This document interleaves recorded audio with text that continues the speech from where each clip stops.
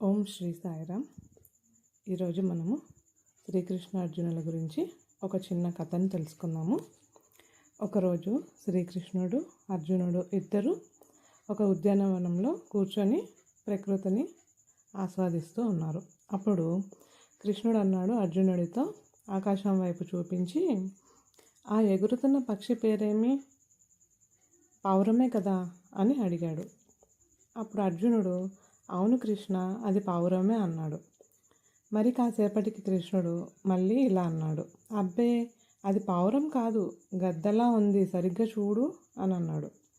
అప్పుడు అర్జునుడు ఏమన్నాడు, అవును నిజమే, అది పావురం కాదు, అది గ్రద్దనే అని చెప్పాడు.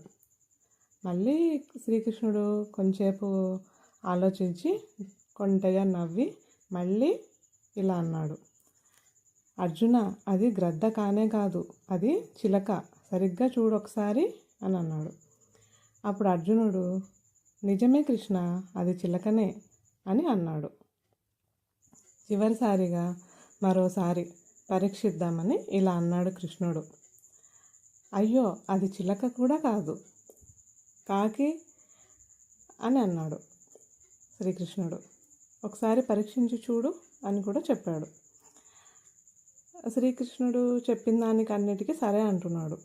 అరే నిజమే, అది చిలక కాదు, కాకే కృష్ణ అని అన్నాడు అర్జునుడు. కాస్త కోపంగా శ్రీకృష్ణుడు అర్జునుడితో ఇలా అన్నాడు, అసలు నీకు బుద్ధి ఉందా? నీకంటూ ఒక అభిప్రాయం లేదా? సొంతంగా ఆలోచించలేవా? నేను ఏదంటే అదే అని నువ్వు వంత పాడేస్తావా అని అన్నాడు. దానికి అర్జునుడు ఇలా సమాధానం ఇచ్చాడు, చూడండి. ఓ సర్వాంతర్యామి, నేను నిన్నే నమ్ముకొని బతుకుతున్నాను. నువ్వు ఏదంటే నేను అదే. మీరు పావురం అన్నారు, నేను అదే అన్నాను. నేను కాదు అని దాన్ని పావురంగా మార్చే శక్తి మీకు ఉంది. నాకు అన్నీ మీరే. మీ మాట నాకు వేదం. ఈ నమ్మకమే భగవంతుడు అర్జునుడి పక్కన నిలబడేలా చేసింది. దేవుడి పైన అనుమానం అక్కర్లేదు, తన పైన నిజమైన నమ్మకాన్ని ఉంచండి. మీరు ఎలాంటి పరిస్థితుల్లో ఉన్నా ఆ పరిస్థితిని మార్చగలిగే శక్తి ఆ పరమాత్మకి మాత్రమే ఉంది. మనకు కావాల్సింది ఏదో ఆ దైవానికి తెలుసు. ఎప్పుడు మనకు ఇవ్వాలో, మన నుండి ఎప్పుడు తీసుకోవాలో అన్నీ ఆ దేవదేవుడికి తెలుసు. భగవంతుడికి శరణొచ్చి నమ్మకంతో జీవిద్దాం. ఓం శ్రీ సాయిరామ్.